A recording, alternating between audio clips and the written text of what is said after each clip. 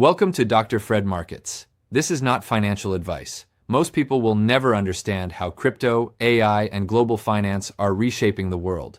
The rules are changing, and the ones who adapt early come out ahead. You're here. You're paying attention. That already makes a difference. Let's go.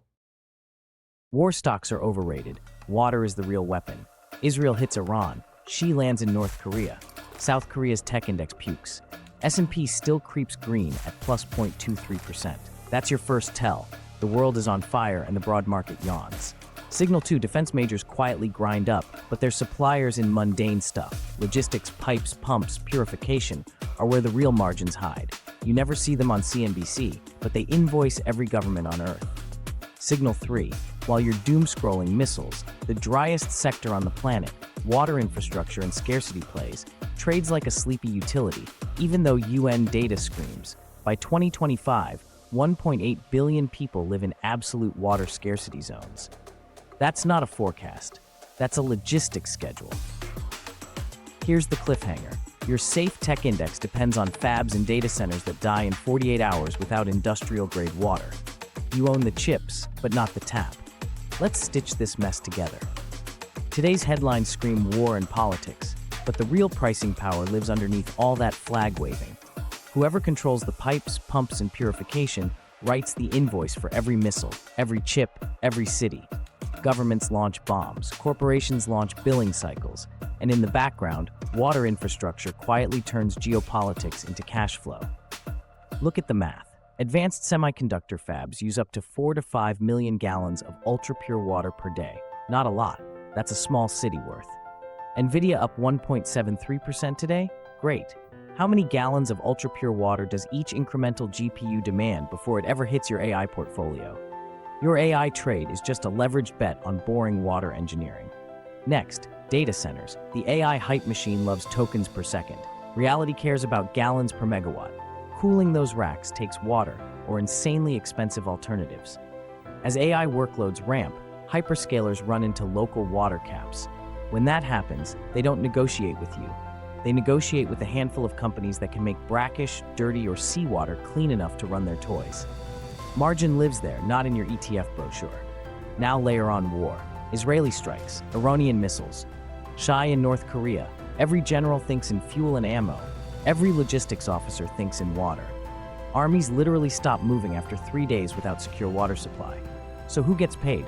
Pipeline builders, desalination contractors, pump makers, valve manufacturers, the guys who weld steel in deserts, not the dudes ringing the NIS bell.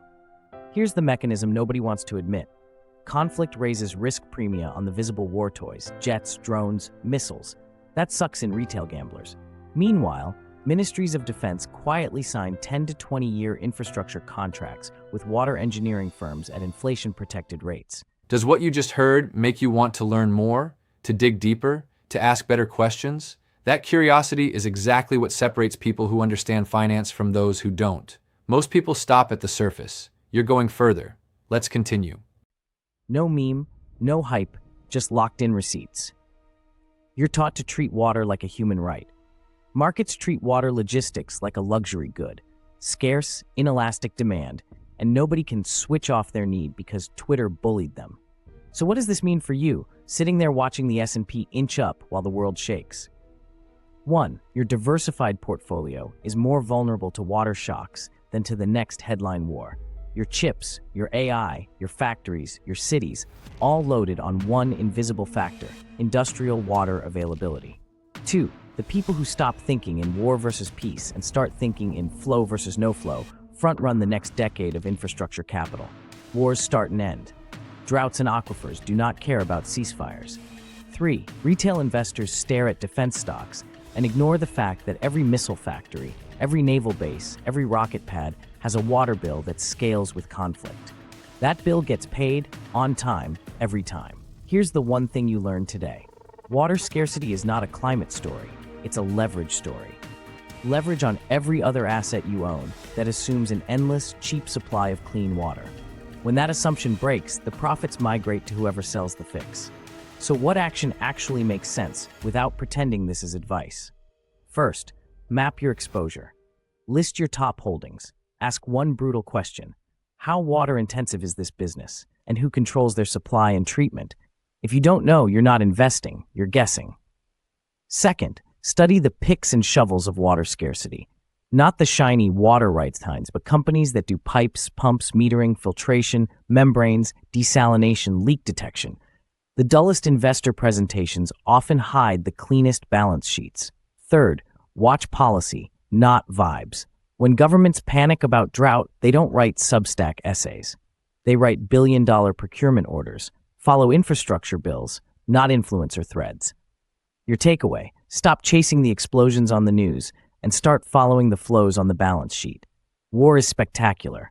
Water is compulsory. Markets always pay compulsory first. This is not financial advice. This is the part no one bothered to teach you. Every missile splash, every AI chip, every Broadway theater bathroom break today rides on the same hidden balance sheet: water. Learn to read it or stay a tourist in your own portfolio. Hook them, then help them. If you learned one new thing about how water quietly runs your tech and your war stocks, subscribe. Tomorrow we do this again. One brutal truth: no sugar. This is not financial advice. If you enjoyed this video, please subscribe to the channel and check the links in the first comment below. That's a wrap for today on Dr. Fred Markets. I hope this gave you something to think about, a new angle, a clearer picture, a better question to ask. Remember, this is not financial advice. Do your own research, always. If this video added value to your day, subscribe. It's free, it takes 2 seconds, and it's the best way to support this work and keep it free for everyone. You'll also find every video as a full article on the blog, drfredmarkets.com, and the newsletter is in the bio. I'm Dr. Fred Markets. See you in the next one.